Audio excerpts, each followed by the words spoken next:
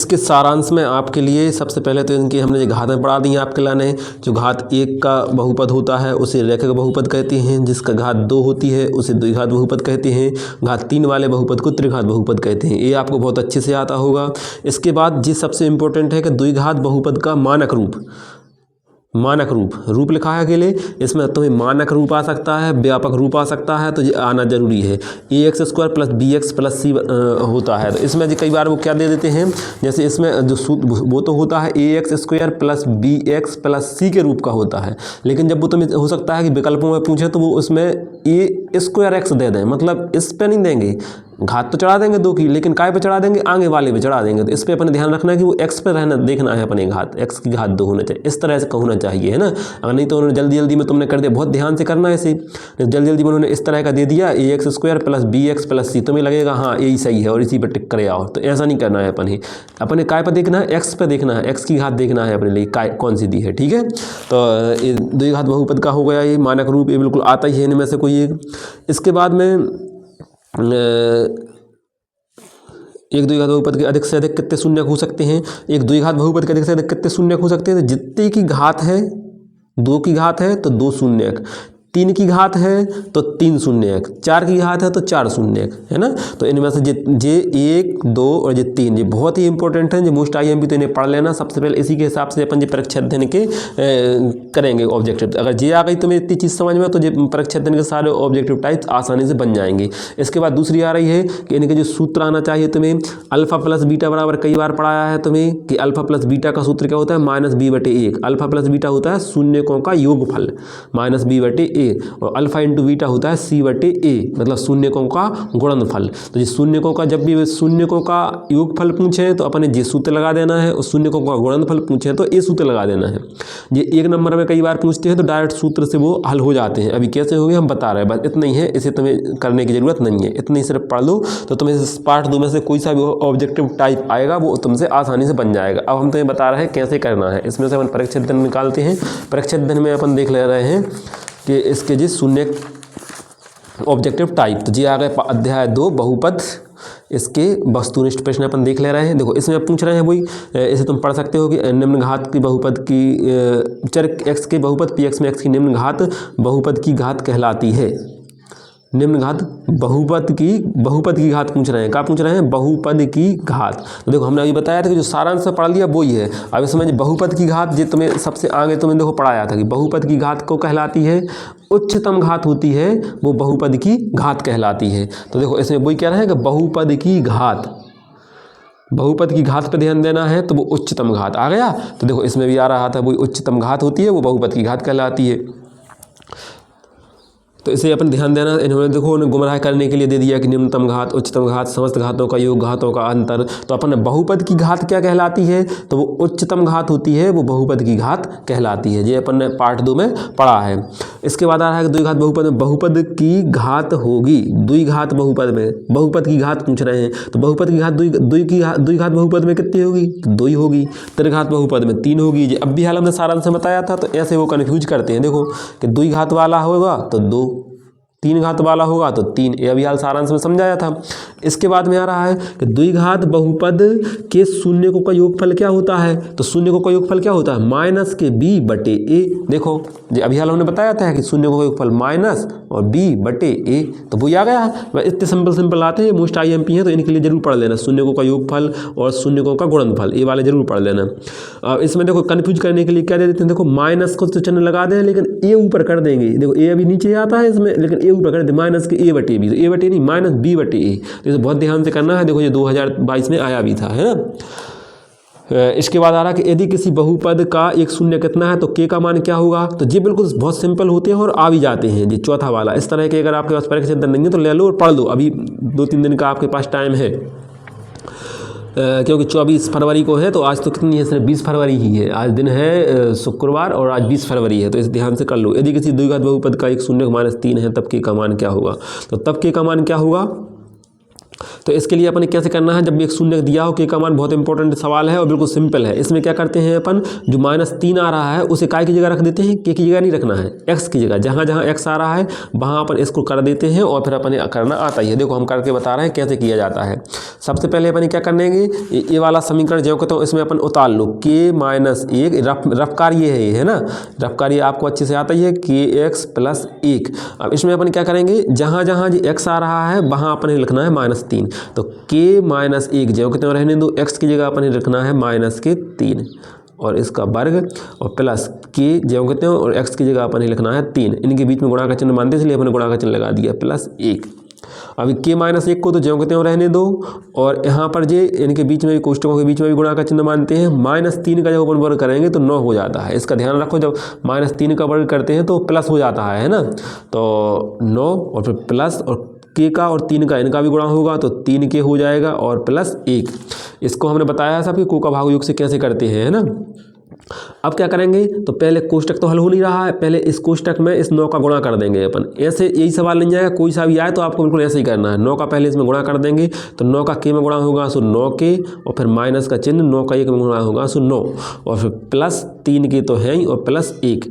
अब क्या करेंगे, जो के वाले हैं इनके लिए अपन जुड़ जाएंगे, जो समान चिन्ह है तो 9 के और 3 के हो गए 12 के और जो अचर हैं -9 और +1। असमान चिन्ह वाले घट जाते हैं, हमने बताया था, इसके आगे प्लस का है इसके आगे माइनस का है तो घट जाएंगे तो -8 बचेंगे। ये भी बताया था हमने तुम्हें कि जोड़ने या घटाने पर बड़ी संख्या का चिन्ह लगाते हैं तो -8।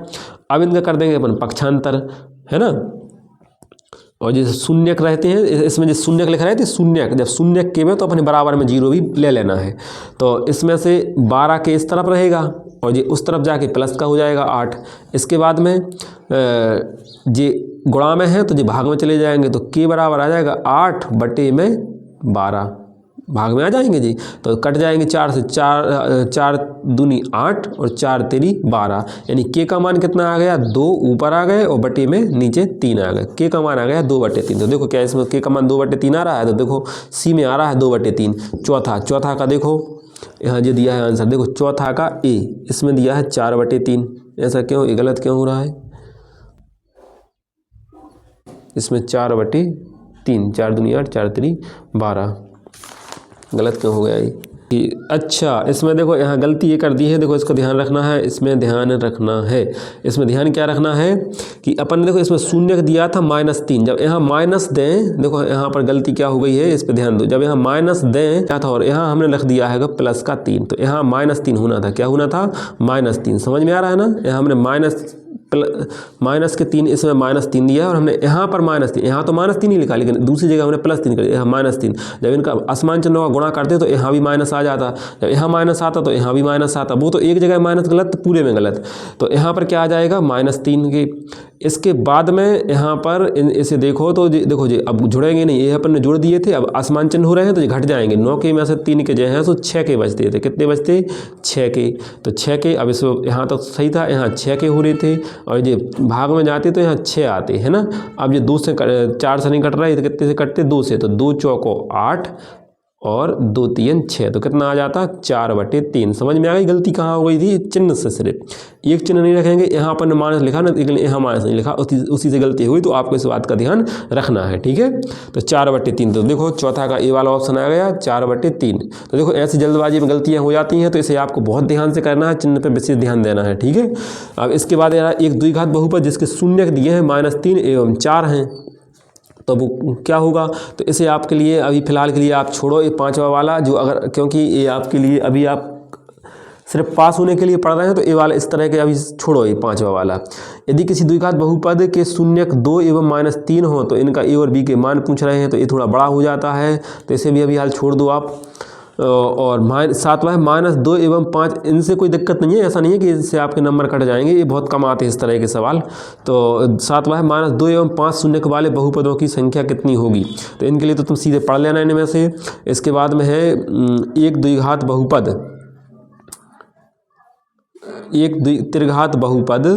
एक त्रिघात बहुपद का एक शून्यक शून्य है तो दो अन्य शून्यक का गुणनफल क्या होगा। तो इसे त्रिघात बहुपद वाले को छोड़ दो, जो त्रिघात वाले बिल्कुल नहीं आते हैं। यदि किसी त्रिघात घन बहुपद का एक शून्य, त्रिघात वाले हमने बताया कि त्रिघात वाले छोड़ दो, द्विघात वाले को पढ़ना है आपको। तो द्विघात एक घात है ना, एक द्विघात बहुपद के शून्यक होंगे। तो कैसे होंगे इनके दोनों शून्यक, तो इस पर अपन इनको इसमें से अपन पढ़ लेना सिर्फ तुम कैसे होंगे। अगर दोनों प्लस प्लस में आ रहे हैं, दोनों बड़ी संख्या है, यानी कि जुड़ेंगे, यानी कि जो शायद ऋणात्मक होंगे 10वां का बी, देखो दोनों ऋणात्मक आ रहे हैं।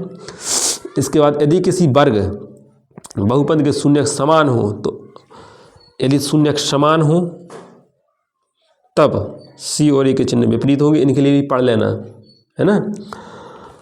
और यदि द्विघात बहुपद के शून्यक अल्फा और बीटा हो तब अल्फा इंटू बीटा का मान होगा। देखो अभी हाल बताया था हमने कि अल्फा इंटू बीटा का मान, अल्फा इंटू बीटा का मान देखो जी यहाँ बताया अल्फा इंटू बीटा का मान सी बटे ए, अल्फा प्लस बीटा का मान माइनस बी बटे ए। तो वही आ गया है इसमें से, बहुत इंपॉर्टेंट है, 2019 में भी आया था, ये वाला बहुत मोस्ट IMP है। अब है बहुपद x² - 3 के शून्यक होंगे।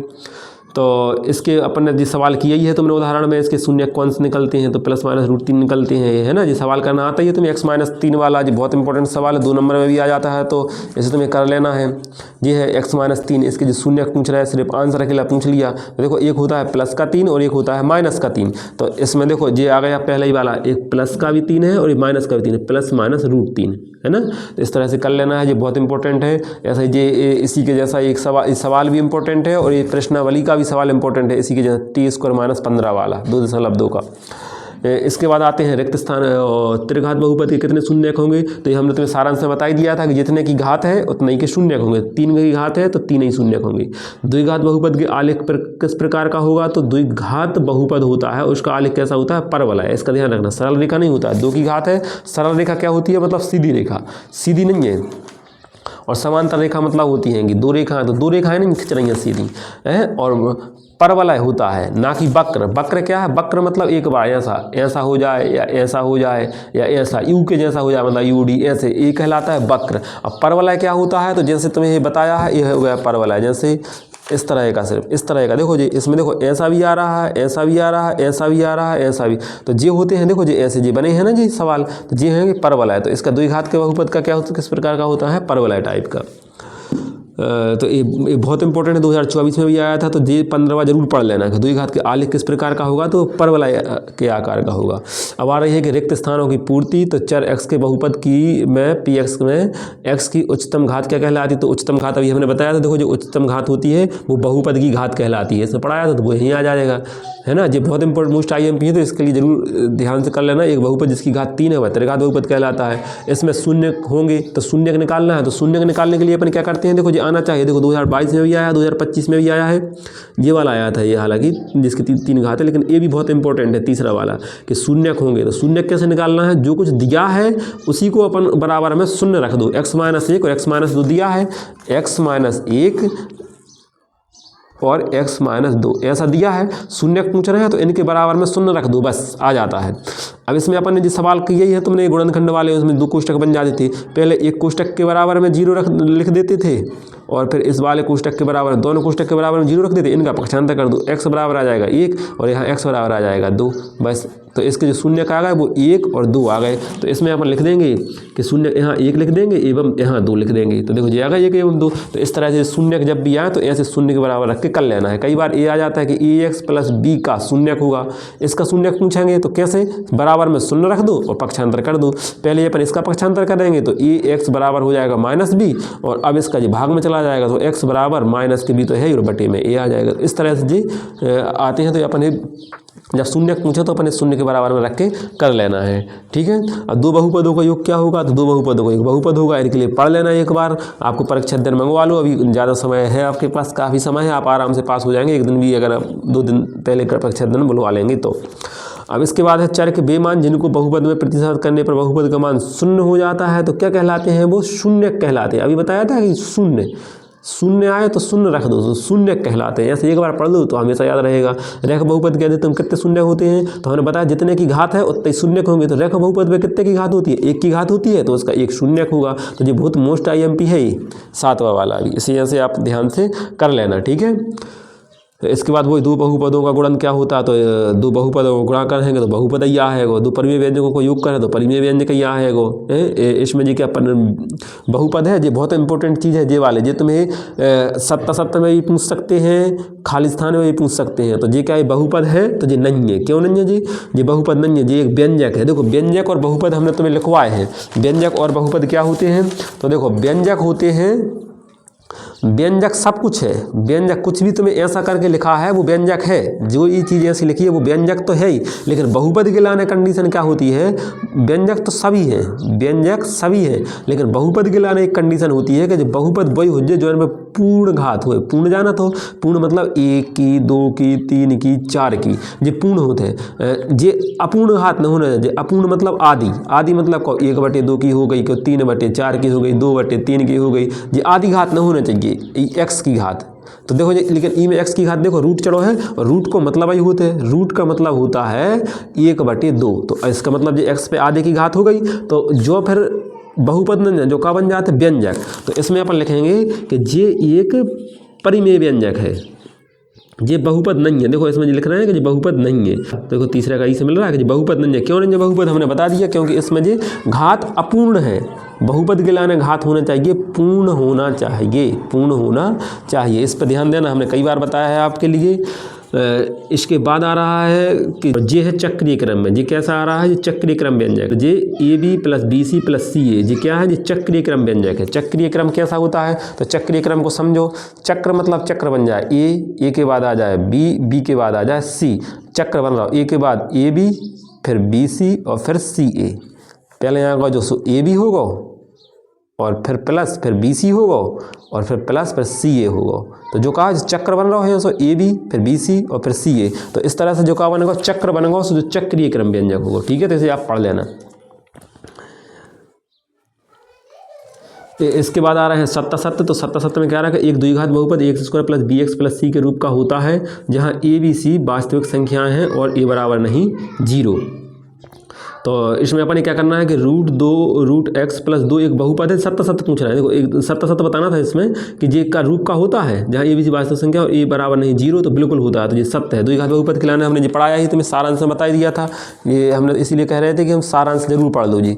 इसमें सारांश में ये लिखा है कि द्विघात बहुपद इसके रूप का होता है, x² + bx + c। तो वैसा ही इसमें भी दे रहे हैं, वैसे चीज़ बिल्कुल इसमें दे रहे हैं, x² + bx + c के रूप का होता है। अब कई बच्चे कन्फ्यूज हो जाते हैं, a बराबर 0 का दिया था, a बराबर नहीं 0। तो इससे इस पे इन चीज़ों पे तो बाहर की चीज़ों पे ध्यान नहीं दो, तो बस सिंपल इस पे दे दो, ऐसा आ गया मतलब वो है बस। अब इसके बाद आ रहा है √x + 2 एक बहुपद है। तो जी अभी हमने बताया था कि बहुपद कब होगा, जब पूर्ण घात होना चाहिए, पूर्ण घात। तो इसमें पूर्ण घात है क्या, नहीं है। √x पे अपूर्ण घात है, अपूर्ण है ना, तो ये बहुपद नहीं है, यानी कि ये असत्य होगा। देखो असत्य है। अच्छा, इसमें एक चीज़ और ध्यान रखना कि इसमें जो बहुपद के लिए जो इस पे घात दे सकते हैं। देखो जैसे इसमें इन्होंने रूट में कुछ लिखा है, नहीं लिखा है, इसमें इस पे रूट दे सकते हैं, इस पे रूट में कोई दिक्कत नहीं होना चाहिए। जैसे कि x + √2 दे देते तो अपने रूट इस पर नहीं देखना, अपने x वाले पे रूट देखना है। गिनती पे रूट लगा है तो उसमें कोई दिक्कत नहीं है ना, वो तो बहुपद है। और बहुपद के लाने 2 की घात जरूरी नहीं है, बहुपद तो सभी होते हैं ना जी, रेखक बहुपद है ना, तो ये भी सत्य हो गया। अब बहुपद में x की उच्चतम घात बहुपद की घात कहलाती, तो बिल्कुल अपन ने पढ़ा है कि जो उच्चतम घात होती है वो बहुपद की घात कहलाती है। देखो ये अपन पढ़ा था, खाली स्थान में भी पढ़ा, उच्चतम घात है वो बहुपद की घात कहलाती है ना। तो ये हो गया। द्विघात बहुपद केवल एक शून्यक हो सकता है, तो जो असत्य है। द्विघात बहुपद है मतलब एक नहीं 2 शून्यक होना चाहिए, है ना। अब घात 2 के किसी बहुपद के अधिक से अधिक 2 शून्यक हो सकते हैं, तो बिल्कुल जितने की घात है उतने शून्यक हो सकते हैं। एक वास्तविक संख्या के बहुपद का शून्यक कहलाती है यदि p के बराबर 0। बिल्कुल अभी बताया था कि जब शून्यक कहलाएगी अगर उसको 0 के बराबर रख देंगे तो ये भी सत्य है। इसके बाद में घात 2 के बहुपद द्विघात बहुपद कहलाते हैं, बिल्कुल, तो अभी अपन ये पढ़ ही चुके हैं सारांश में, है ना। तो ये सत्य हो गए। इसके बाद क्या आ रहा है, इसके बाद आ रहा है एक शब्द या वाक्य में उत्तर। तो एक शब्द या वाक्य में उत्तर में आ गया तो रेखक बहुपद की घात कितनी होती है, तो रेखक बहुपद पे कितने की घात होती है, तो 1 की घात होती है। इससे क्या निष्कर्ष निकलता है, निष्कर्ष क्या कहलाता है, तो जी विभाजन एल्गोरिथम, इसे पढ़ लेना जी बहुत इंपॉर्टेंट है कि ये क्या लिखा है, तो वही लिखा है इसके लिए। ये जो तुम्हें भाग प्रकार के बताए हैं ना, ये वही चीज़ लिखी है। जैसे तुम्हें क्या है, जो इस तरह से लिखा है, जैसे कि यहाँ बी, यहाँ अंदर ए, यहाँ क्यू और नीचे आर। मतलब इनको ए को लिखते हैं अपन आगे, पहले ए को लिख देंगे यहाँ पर बराबर, और इन दोनों को कर देते हैं गुणा। तो बी और क्यू का कर देंगे गुणा, तो बी गुणा क्यू और प्लस नीचे जो शेष बचता है उसे जोड़ देते हैं। तो बिल्कुल इसी के जैसा है जी। देखो आगे लिखे हैं, फिर जी दोनों गुणा में लिखे हैं और फिर प्लस में जी आर लिखा है। तो इसे जी क्या है, विभाजन है, विभाजन। जी भाग बारी है, भाग के लाइन अपन विभाजन बोलते हैं। तो जी क्या कहलाता है, विभाजन एल्गोरिथम। इसका निष्कर्ष क्या कहलाता है, तो विभाजन एल्गोरिथम। ये बहुत इंपॉर्टेंट है, इसे पढ़ लेना। यदि के शून्य का अल्फा एवं बीटा, तो अल्फा प्लस बीटा का मान पूछ लिया, तो हमने तो ये बताया है कि अल्फा प्लस बीटा का मान, देखो अल्फा प्लस बीटा का मान क्या होता है, माइनस बी बटे। इसके बाद इन्होंने क्या पूछ लिया, अल्फा इंटू बीटा का मान पूछ लिया, तो अल्फा इंटू बीटा का मान क्या होता है, सी बटे ए। इसके बाद में क्या पूछ रहे हैं कि तेरे द्विघात बहुपद के शून्य को गुणनफल का सूत्र लिखिए, तो वही को वही पूछ लिया। देखो शून्य का गुणनफल का सूत्र क्या होता है, सी बटे ए। शून्य का गुणनफल अभी बताया था कि अल्फा इंटू बीटा होता है बराबर सी बटे ए। तो देखो वही का वही पूछ लिया। इसके बाद में त्रिघात बहुपद कहते तुम कितने शून्य होंगे, तो जितने की घात है उतने शून्य होंगे। त्रिघात है मतलब 3 की घात, तो 3 शून्य। कितने सिंपल है। तो इस तरह से अपने जो पार्ट 2 भी कंप्लीट हो गया है। अपन आते हैं पार्ट 3 पर।